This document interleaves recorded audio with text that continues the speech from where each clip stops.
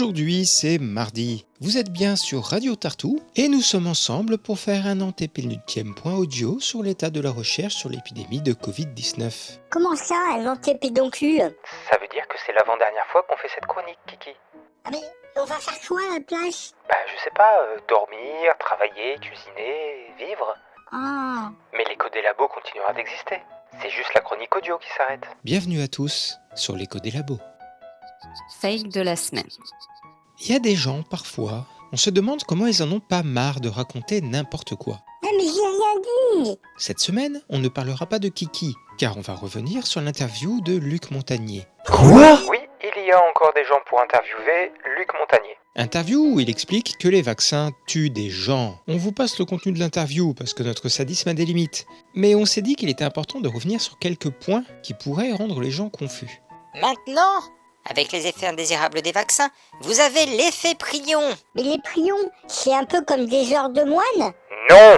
Les prions, ce sont des pathogènes qu'on pourrait qualifier de protéines anormales. Si déjà on en bave pour savoir si un virus est vivant ou non, sachez que pour les prions, c'est encore pire. Comment ça, encore pire? On va simplifier à mort. Alors pour les 2-3 chimistes organiques qui nous écoutent, allez faire un tour, ça va aller. Des protéines identiques peuvent avoir plusieurs façons d'être repliées sur elles-mêmes. Or, selon comment elles sont repliées, quel bout dépasse dans quel sens, qu'est-ce qui est caché et qu'est-ce qui est à côté de quoi, elles ne vont pas avoir la même fonction. Les prions sont des protéines qui, parce que repliées n'importe comment, n'assurent plus leur fonction comme elles devraient et font dégénérer le tissu dans lequel elles sont présentes. À savoir, toujours, le système nerveux, jusqu'au système nerveux central. Les maladies à prions sont connues, identifiées et très spécifiques. Il est impossible de passer à côté des effets, notamment parce que, en cas d'épidémie, Comme dans le cas de Kourou en Nouvelle-Guinée. vous avez des gens paralysés et tremblants partout par terre. Ah oui, c'est ce genre de choses qui se remarquent. Voilà. Or, avec 75% de la population adulte vaccinée en France, s'il y avait des effets de prion, on le verrait, littéralement, chaque fois qu'on sort faire ses courses. Ces effets de prion ne pourraient de toute façon pas exister, puisque l'incubation d'une telle maladie se compte en années. Donc Et on insiste sur le si. s'il y a des prions, il ne peut pas y avoir encore d'effets. Et s'il y a tout de même des effets, on devrait les voir partout. D'ailleurs, l'exemple pris par le professeur Montagnier, la maladie de Creutzfeldt-Jakob, a un délai moyen de 10 ans. Mais attends, lui, il a dit Cochen-Jacob. En effet, il l'a dit. Il l'a dit. Mais d'après nos recherches, a priori, il est le seul à en parler. Soit il vient de découvrir une nouvelle maladie à prion, soit il commence à se faire vieux. Et il insiste sur le fait que les gens dont il parle sont bel et bien morts de ça, et que c'est causé par le vaccin. Car Le seul facteur commun entre ces personnes, c'est d'avoir été vaccinées par le même vaccin. Non. Ils ont aussi probablement tous bu de l'eau dans la journée avant leur mort, et personne ne parle du grand complot de la cristalline. Si des corrélations pareilles suffisaient à faire des causalités, on aurait tous qu'à manger du chocolat pour devenir prix Nobel, au lieu d'écouter un ancien prix Nobel parti en tartine. C'est fini? et non, il insiste le bougre. Il y a des gens qui meurent de ces myocardites, un des effets du vaccin. Ça tombe très bien parce que c'est complètement faux, et qu'on a le dernier rapport de la pharmacovigilance qui vient de sortir sur les effets indésirables des vaccins. On vous met le lien vers un article très clair qui résume les effets vaccin par vaccin en description. Mais en gros, Petit 1, l'immense majorité des effets indésirables sont bénins et complètement attendus. douleur au point d'injection, courbature, fièvre, fatigue. Aucun ne dure dans le temps. Petit 2, Les quelques centaines de cas de perturbations menstruelles est une conséquence bénigne de l'inflammation causée par la réaction immunitaire. On l'ignorait jusqu'ici tout simplement parce que les autres vaccins sont réalisés dans l'enfance, et que cet effet est donc invisible. petit 3, Il existe 3 effets indésirables graves avérés. Le premier étant l'allergie. ce qui peut arriver avec n'importe quel autre médicament. Aucun cas n'a été fatal. Un seul était douteux, mais le décès est dû à une autre cause, et on en a déjà parlé. Il existe également 444 cas de paralysie faciale. Sur 40 millions. Un risque majoré pour les personnes ayant eu des injections de produits cosmétiques dans le visage. Les cas rentrent généralement spontanément dans l'ordre en quelques semaines. Et enfin donc, les myocardites. 375 ont été rapportés. Toujours sur 40 millions d'injections. Aucune n'a causé de décès, et la plupart rentrent dans l'ordre toutes seules, parfois aidées avec un traitement. Voilà. On rappelle que le risque de myocardite est beaucoup plus élevé avec le Covid qu'avec le vaccin. Enfin, le professeur Montagnier jette constamment de l'huile sur le feu en accusant les médecins de ne pas remonter les cas, et la pharmacovigilance de refuser de recenser les plaintes. On rappelle que la déclaration d'effets indésirables, chacun peut la faire. Il n'y a pas besoin d'être médecin. Et la pharmacovigilance accepte tellement tous les signalements qu'il y en a un qui dit texto « Je croyais avoir de la fièvre, mais en fait non. Alors, j'ai signalé. » Ils peuvent pas être plus conciliants. Il serait vraiment temps qu'on éloigne le professeur Montagnier des micros. Découverte de la semaine. Il y a des découvertes dont on se passerait bien. Mais la science n'est pas là pour nous faire plaisir. Le gros sujet de cette semaine, c'est bien entendu le variant New. Hop hop hop. Ha ha. Mon Dieu, mais qui êtes-vous? Je suis Editoman. J'édite les informations. Le nom de ce variant a sauté 2 lettres grecques. Et je cite pour preuve le porte-parole de l'OMS. Ouvrez les guillemets. Pour nu. Le raisonnement était que les gens se seraient trouvés dans la confusion, ne sachant pas s'il s'agit d'un nom ou du nouveau variant. Parce que new, ça veut dire nouveau en anglais. Et xi, parce que c'est un nom de famille courant, et que nous avons convenu de règles qui empêchent d'utiliser les noms de lieux, de personnes, d'animaux, pour éviter la stigmatisation. Ah, merci Editoman. Et du coup, il s'appelle comment ce nouveau variant? Omicron. Sur ce, je vous laisse. Mon peuple a besoin de moi. Donc, nous avons un nouveau variant découvert en Afrique du Sud, avec une contagiosité hors norme, mais pour l'instant, pas de létalité accrue à proprement parler. Le nouveau variant s'est répandu comme une traînée de poudre dans un pays à peine vacciné à 23%. On en profite pour appuyer le fait que, contrairement à toutes les conneries racontées par Montagnier, Vélo et consorts, ce nouveau variant qui va nous briser les gonades est encore apparu dans un pays où la population n'était pas vaccinée. Et non pas en Europe, aux USA ou en Israël. Ce qui aurait dû être le cas si réellement c'était les vaccins qui encourageaient l'apparition des variants. Il va falloir combien de mutants dangereux pour que vous commenciez à l'admettre? Dis donc, t'es un peu remonté, non? Oui, mais en même temps, s'ils pouvaient s'arrêter d'être cons comme des briques, ça nous arrangerait. Reprenons. Ce variant a la particularité d'avoir beaucoup de mutations sur sa protéine Spike, 32 identifiés à ce jour. ce qui n'arrange pas nos affaires. Il faudra quelques semaines pour arriver à comprendre pleinement sa transmissibilité et sa dangerosité réelle, et encore un peu plus pour discerner un éventuel échappement vaccinal. Notons toutefois que la transmissibilité semble extrêmement grande, puisque, depuis l'hégémonie du Delta, aucun variant apparu localement n'avait réussi à se répandre hors de son territoire d'apparition. Mais un premier cas de Omicron a été avéré vendredi soir en Belgique.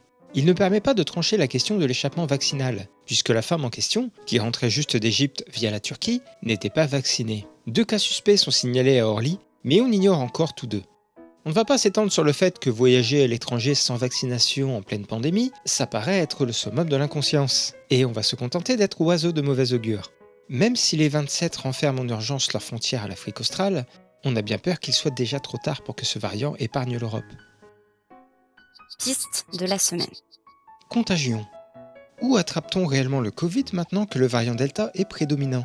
On vous glisse en description la nouvelle étude de l'Institut Pasteur, qui répond à cette question dans le 4e volet de ce travail. Pour les moins de 40 ans, les lieux principaux de transmission ont été les soirées privées et les bars, du moins jusqu'à l'ouverture des discothèques. À ce moment-là, elles sont immédiatement devenues des lieux de contamination et le nombre de contagions dans les bars et les soirées privées a diminué. Pour les plus de 40 ans, une voie majeure de contamination est le fait d'avoir des enfants scolarisés. Maternelle et primaire. En crèche ou chez une assistance maternelle. Point de différence entre le variant Delta et ses prédécesseurs, le métro est désormais un facteur de risque, mais ni le train, ni le bus, ni l'avion. Ce surrisque est présent aussi pour les taxis et le covoiturage. Impasse de la semaine. Omicron. Oh mon petit kiki, ce n'est que le début. Les fermetures des frontières reprennent, avec des suspensions immédiates de vols en provenance et à direction de l'Afrique du Sud, ainsi que de ses proches voisins. Le Lesotho, le Botswana, la Namibie, le Zimbabwe, le Mozambique et l'Eswatini. La France et le Royaume-Uni imposent une interdiction complète d'entrée sur leur territoire. L'Allemagne autorise les entrées uniquement pour ses citoyens sur le retour et avec une quarantaine imposée, même aux vaccinés, de 14 jours. Une quatorzaine donc. L'Italie va plus loin, interdisant l'entrée sur son sol de toute personne ayant séjourné en Afrique du Sud ou dans un pays voisin dans les 2 dernières semaines. Hors de l'Europe, Singapour interdit l'entrée et le transit en provenance de ces pays, sauf pour ses citoyens qui seront mis en quatorzaine à leur arrivée. Mauvaise nouvelle de la semaine. Dum-Tom. Le temps se gâte en Martinique et en Guadeloupe. Ah bah en même temps, c'est l'hiver. Hein. Alors, déjà, pas pour eux, ils sont dans un autre hémisphère. Et surtout, c'est une image. Différents syndicats appellent à manifester contre l'obligation vaccinale, notamment pour les soignants et les pompiers. Alors que les services de santé sont à genoux depuis déjà plusieurs semaines. Les contaminations ne faiblissent pas, les protestations non plus. Certaines dégénérant en émeutes avec violence sur les biens, les forces de l'ordre et parfois sur d'autres habitants en dommages collatéraux. Des blessures par balle sont recensées, dont au moins une mortelle. Notre abonné sur place affirme que le mouvement se teinte de revendications sociales et syndicales liées au sentiment d'abandon de l'outre-mer, l'obligation vaccinale n'ayant été peut-être qu'une étincelle. Merci à Crocalis pour la compilation d'articles et d'informations. Bonne nouvelle de la semaine. Soins intensifs. Malgré la flambée des cas en France, Plus 35 000 cas en 24 heures. les services de santé tiennent le choc. Avec une des meilleures couvertures vaccinales d'Europe, les cas graves sont heureusement plus rares. Avec un peu plus de 9000 patients hospitalisés, dont plus de 1500 aux soins intensifs, malgré la 5e vague, la France a encore un peu de marge. Qu'est-ce que putain de quoi? Au moment où la Belgique subit la 5e vague de plein fouet, Courage les voisins, on pense fort à vous. et n'avait absolument pas besoin du premier cas avéré d'Omicron sur son territoire, il y a également autre chose dont elle se serait bien passée. Les faux vaccinés. C'est une fraude énorme qui a été mise à jour par les autorités de santé publique de Wallonie. La partie francophone de la Belgique. Un médecin a généré 2000 fausses attestations de vaccination à lui seul. On sait qu'elles sont fausses car il a déclaré un nombre énorme de patients vaccinés sans jamais être allé chercher une seule dose. Les patients déclarés étant identifiés par leur numéro d'assurance santé, ils sont passibles de poursuites et leur certificat a été désactivé. Alors que la Belgique fait figure d'exception au sein de l'Europe par la proportion de personnes vaccinées hospitalisées, cette affaire pose une question délicate. Combien de déclarés vaccinés ne le sont en réalité pas? Point méthode de la semaine. Trouver les réponses de la science à ces questions. Petit 4. Tester les fondations. Ça y est, vous avez votre papier qui a l'air bien sérieux et qui devrait répondre à vos questions. Youpi. Mais avant de le croire, il faut vérifier sur quoi il est construit. Ça commence à bien faire. Personne ne fait de la science tout seul. Nous sommes tous des nains sur les épaules des géants. Ou en tout cas des insomniaques sur les épaules des collègues. C'est moins glamour, mais c'est comme ça. Il est donc temps de regarder si votre papier est sur des épaules solides ou bien si ça tremblote. Pour ça, direction les dernières pages dans les références. Tout d'abord, voilà les signes qui doivent vous alerter. Alors, ne jetez pas forcément le papier au premier signe, hein. Par contre, s'il les cumule... Le faible nombre de sources. Il est difficile de donner un nombre précis, car celui-ci varie énormément selon les disciplines. La meilleure chose à faire est d'ouvrir quelques autres articles de la même discipline, un peu au hasard, et de comparer. Si le nombre du vôtre est vraiment trop faible, méfiance. L'autocitation. Il n'est pas foncièrement mal de s'autociter. Un chercheur travaillant dans sa discipline fait souvent des projets cohérents entre eux, en se basant sur ce qu'il a trouvé avant. Si son équipe est en pointe de son sujet, beaucoup de travaux peuvent être liés à son nom. Il s'agit ici plutôt de surveiller l'abus d'autocitation. Au-delà de 3 ou 4, méfiance. Les sources anciennes. Alors, bien sûr, si vous lisez un papier d'histoire ou d'astrophysique, ce n'est pas la même chose. Et dans certaines disciplines, il est normal de citer des ouvrages assez anciens. Mais ils doivent être accompagnés de références récentes et qui ne soient pas de l'autocitation. Si la littérature n'est pas à jour, les résultats de l'article risquent de ne pas l'être non plus. Voici ensuite les cas éliminatoires. Les sources non fiables.